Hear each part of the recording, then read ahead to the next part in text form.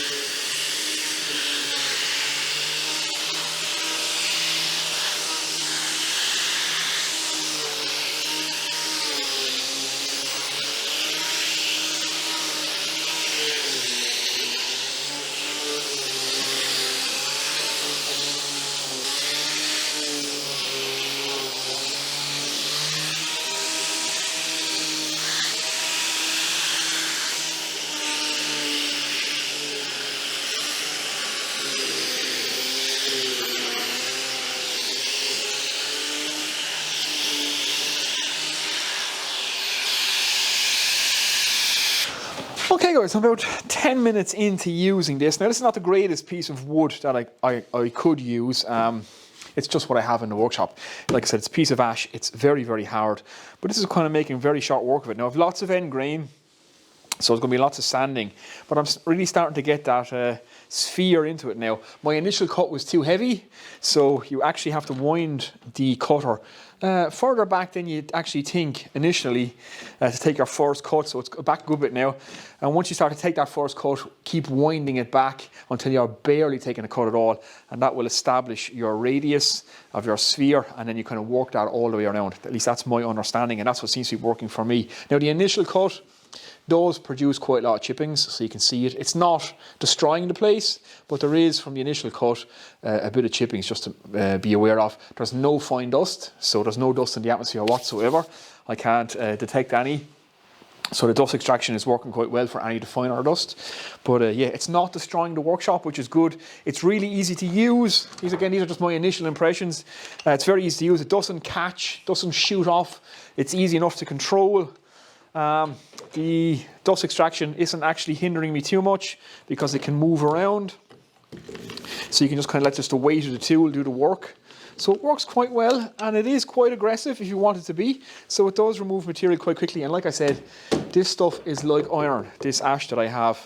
I remember trying to work it on a few projects, and even the hand planes struggled with it. So yeah, I'm going to keep going now, and we'll try and round this out. Now the only thing I'm concerned about is work holding, how I'm going to actually keep holding onto this sphere when I flip it over, and when it starts to become round all over, I'll have to try and make something to sit it in so that I can continue to work it. But yeah, as you can see, we're starting to get a domed top on it there now. We're starting to establish our radius. So we'll work this all the way around our piece now. Let's keep going.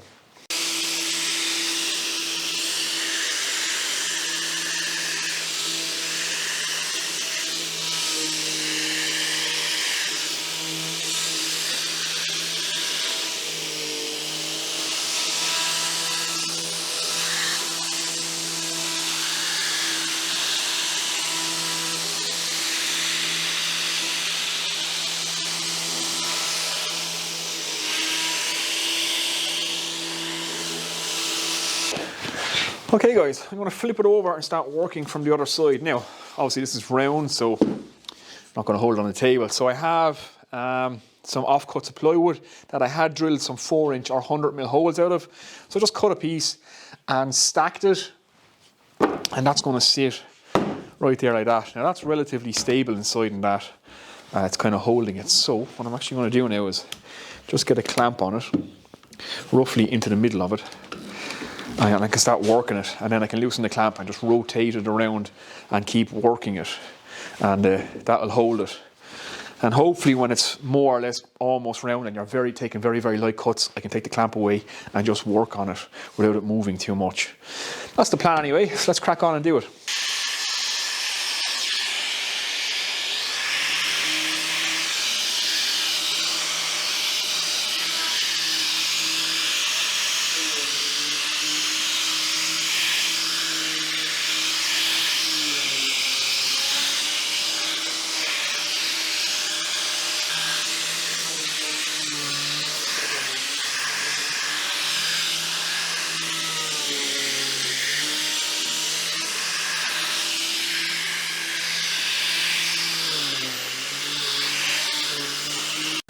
Okay guys, here's where I'm at.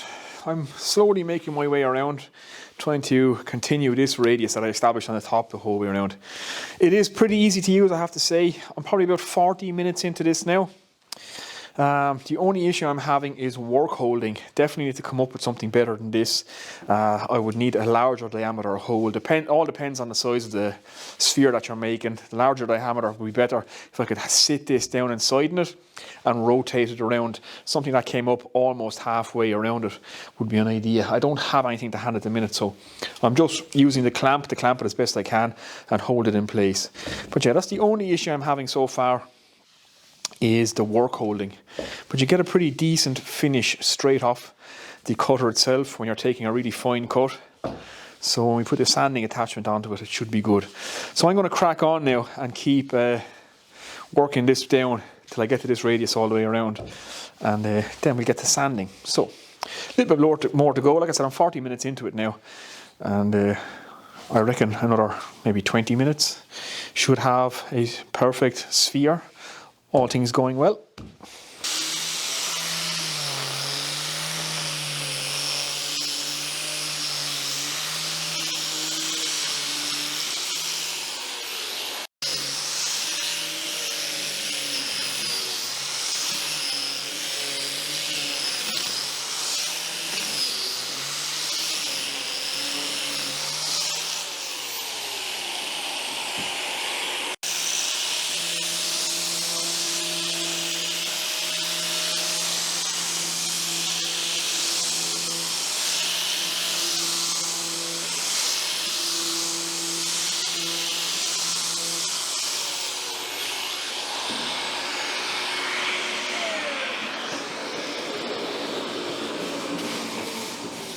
Okay guys, there we go.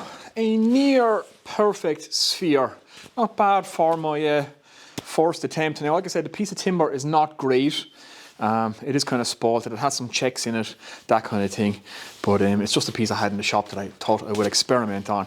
You could do some really nice stuff. I can imagine some stuff with this already, doing some lovely laminates. So you have loads of different patterns running through it, and it'd be quite interesting to see what way the pattern comes out as you cut into it and make the sphere. There's lots of things you could actually do. You could make a chaotic pattern, one of these. You could even turn these into boxes. That's something I might have a go of. Make a spherical box. I can't even say the word. But that's kind of it now, made with the cutter. Again, it's just a case of take a relatively heavy cut at the start, establish your radius, back the cutter off, work your way all the way around it. Keep backing the cutter off till it's taking almost nothing, and then that will establish that same radius the whole way around. If you keep taking a heavy cut, you'll just keep reducing the size of the sphere until you have nothing left, basically. So back it all the way out till it's taken a very, very fine cut, and it leaves a pretty decent finish straight off the blade. Obviously, you're going to have to deal with end grain somewhere if you're cutting a sphere into wood. But yeah, that's not too bad. So I'm going to put the sanding attachment on this now and sand this up as best I can and get a finish on it. And then we'll have a look and see what our final product is like for the first go with that SpheroPlane. Okay, let's get this sanding attachment on now. This is my first time even looking at this. I haven't even opened it yet. So I might be faffing around a bit till I get it on. But we have a couple of tools here, a couple of Allen keys, and we have the sanding pad itself. So I have to remove the cutter. So let's see how easy this is. There we go.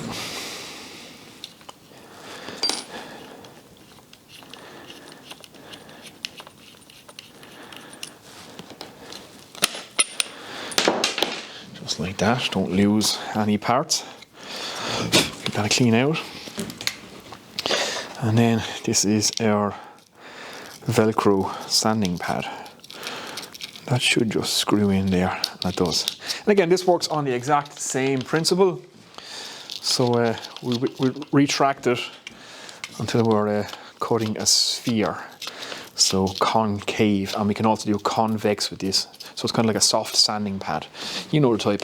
So we'll start with a pretty heavy grit and work our way down. Now the kit does come with some sanding discs for this guy, but obviously you will have to buy these and keep topping them up because they are wearable items. Now, we put all this in the box, our cutter, so that we don't lose anything.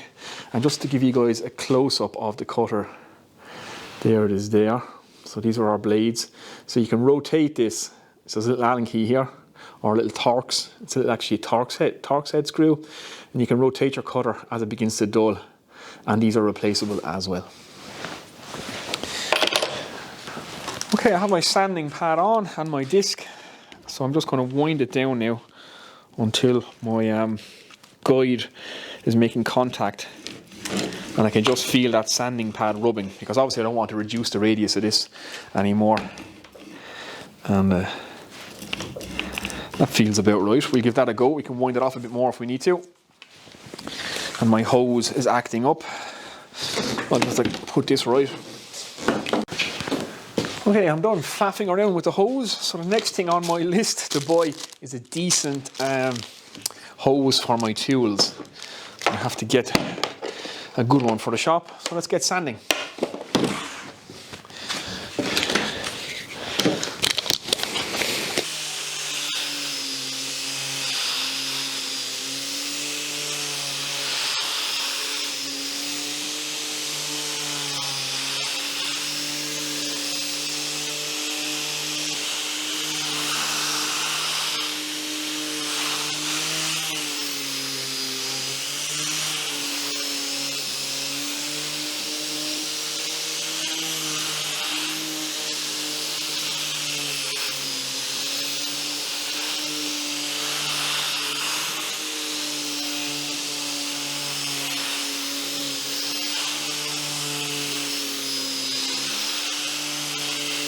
Okay guys, there we go. The sanding is all done. I have to say that's really good. That was really fast, zero dust. In fact, it got an airlock on to the sphere itself. You can really lift it up. My dust extractor is pretty powerful, so that really did extract the dust, and like I said, it didn't kick any out into the atmosphere. So there we go, a lovely kind of polished sphere now, and it does do it really quick. You will go through sanding pads quite quickly, I would say. The grinder is quite aggressive, and it does sand very, very fast indeed. So that took a few minutes, and that's about 120 grit, I'd imagine. Although it's not written on the pad, but I'm assuming that it's 120 grit. And yeah, that's a lovely, silky, smooth finish. So let's get a finish on this and see what our final sphere looks like. Best part of any project, and that's putting the finish on. So let's get this on now and see what it looks like. Making a mess.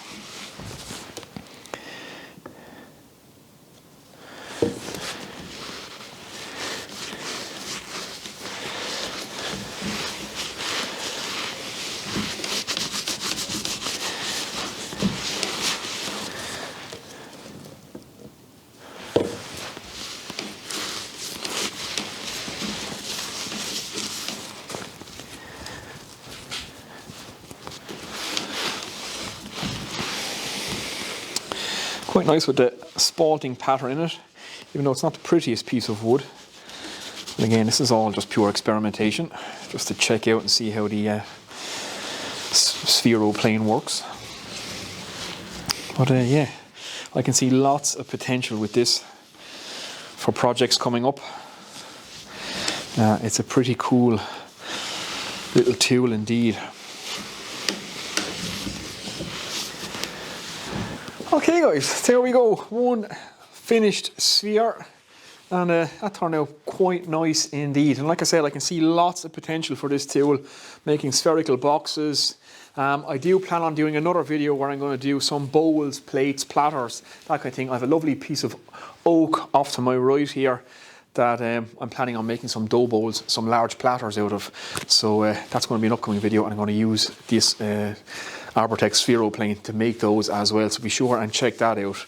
But like I said, you could do lots of ideas with this. You could use resin, you could laminate, lots of laminates in it, lots of different patterns, turn it into a sphere, make boxes out of it, add it to your projects.